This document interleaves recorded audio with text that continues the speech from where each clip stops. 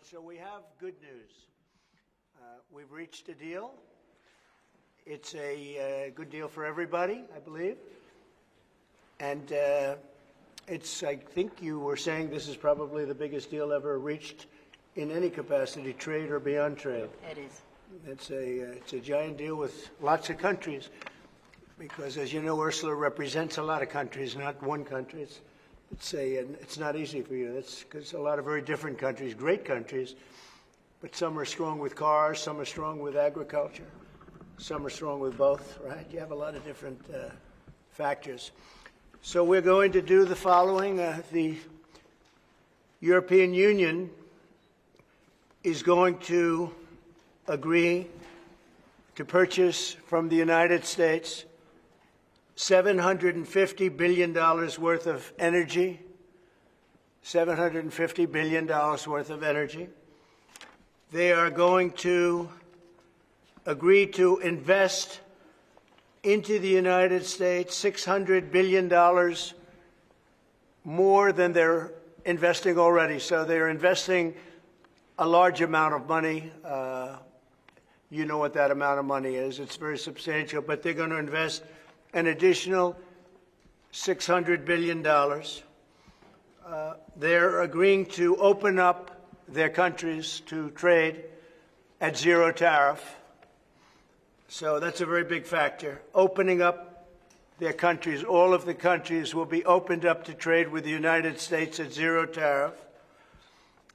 And they're agreeing to purchase a vast amount of military equipment. We don't know what that number is, but it's the good news is we make the best military equipment in the world, so sort of you have to do that. I mean, until somebody tops us, which is not going to happen. We're way ahead of every other country in terms of the quality of the military equipment. You saw that recently in Iran, and you see that, unfortunately, you see that often for all the wrong reasons, right?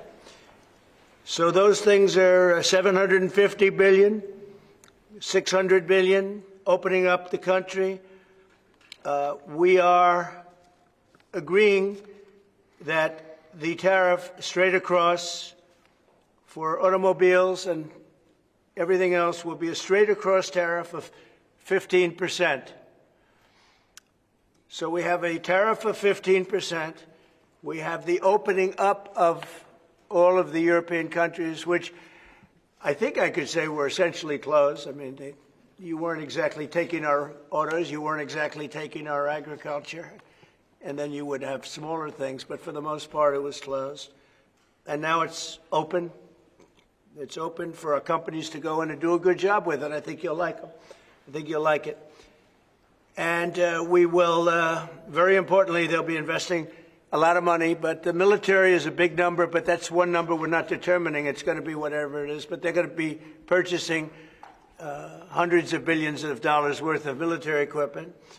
They're very important. They're going to purchase $750 billion worth of energy. So that's going to be great. And $600 billion worth of investments into the United States over and above what they have. So, and I think that basically concludes the deal. I mean, those are the main factors. I don't think there are too many other factors, other than we're going to get along great. And we have a great relationship now with NATO, which is largely the same. You know, I mean, not exactly, but pretty close, right? Largely. And with NATO, as you know, they're going up to 5% from 2%. And the relationship is very strong with NATO. So I just want to congratulate you. I think it's great that we made a deal today instead of playing games and maybe not making a deal at all. I think it's, I'm going to let you say it, but I think it's the biggest deal ever made. Thank you very much. Congratulations.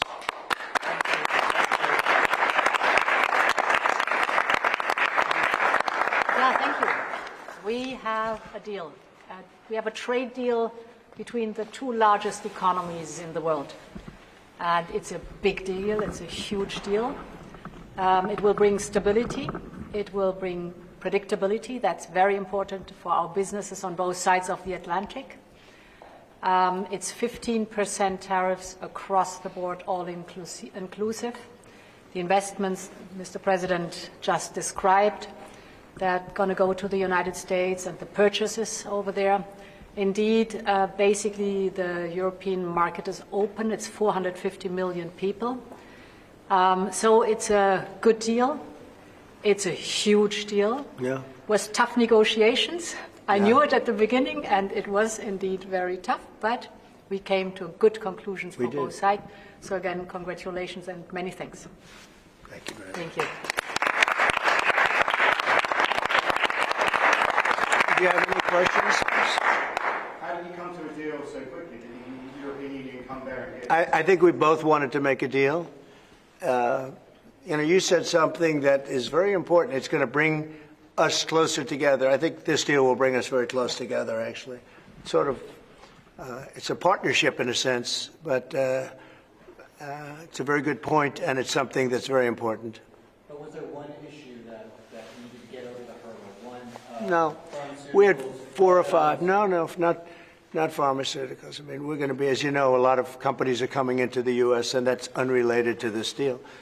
But it's, I think we this didn't just start today. We had a meeting. I wasn't sure. I said 50-50. I think you probably felt the same thing. But this started months ago, this negotiation. So we knew pretty much what we were getting into, and we were able to make a deal that's very satisfactory to both sides. So it's a very powerful deal. It's a very big deal. It's the biggest of all the deals. It will be the biggest of all the deals. So we're very honored to have done so, and your staff has been fantastic, and they've worked together long and hard. They worked hard and long, and many thanks to the teams on both sides. It was, as I said at the beginning, a heavy lifting you had to do, but many thanks also for the talks we had many times on the way to our goal. And now we made it, and that's good. That's really good. Anybody else? Yes, ma'am. I have a question for the EU Commission President. What are the U.S. concessions?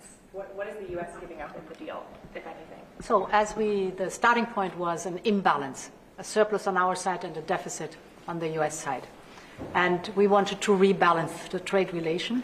And we wanted to do it in a way that trade goes on between the two of us across the Atlantic, because the two biggest economies should have a good trade flow between us. And I think we hit exactly the point we wanted to find. Rebalance, but enable trade on both sides, which means good jobs on both sides of the Atlantic, means prosperity on both sides of the Atlantic, and that was important for us. And again, the energy is a very important component, because we have more energy than anybody else in that sense. And I think it was very wise that they buy a lot of energy, and it's great stuff, and it solves a lot of problems. So that was a great decision, I think. What about steel? What have you agreed?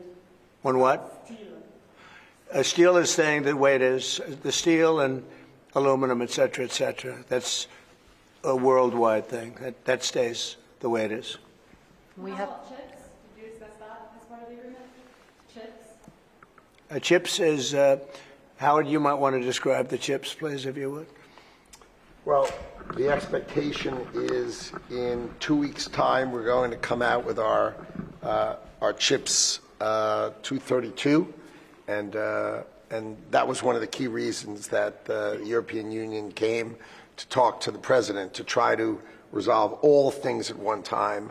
And well, I'll let you wait for the 2 weeks until you get to announce your plan.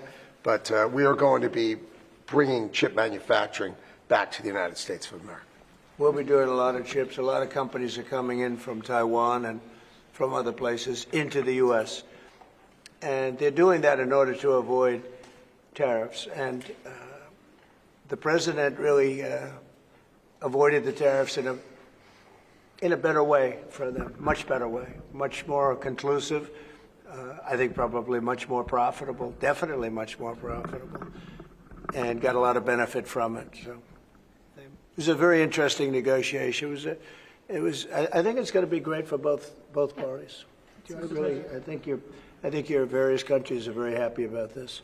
Is there an industry in the U.S. that you see maybe having the first impact of getting into this market that was not accessible before, whether it's auto or what's the first call you make? Yeah, I think cars.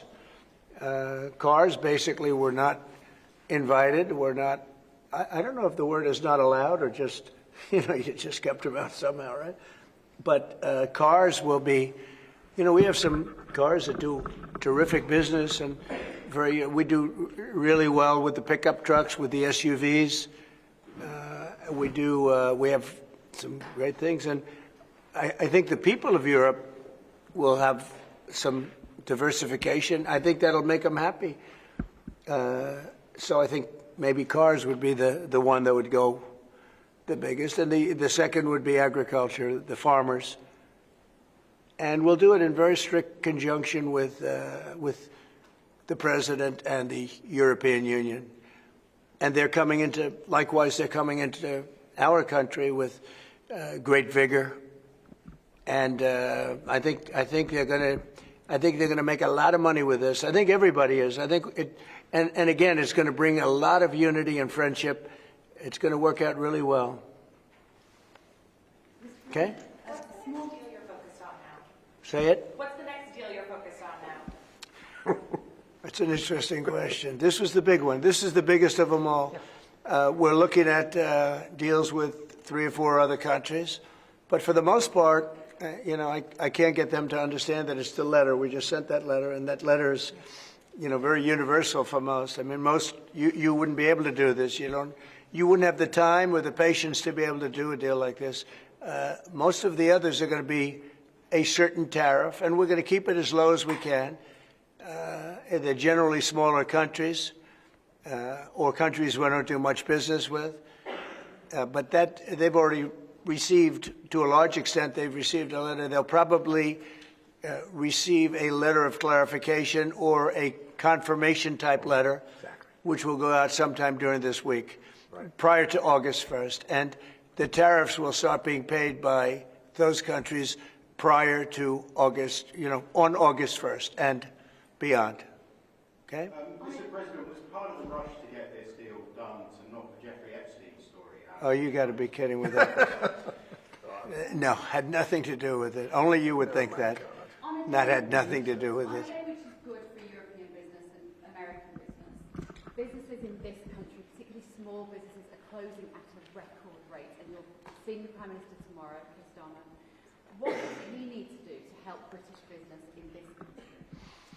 I think everybody's going to be happy with this. The Prime Minister of the UK, while he's not involved in this, will be very happy because, there's a certain unity that's been brought there too. We have a separate deal with them, but I think he's going to be very happy to know. Look, he's friendly with all of you.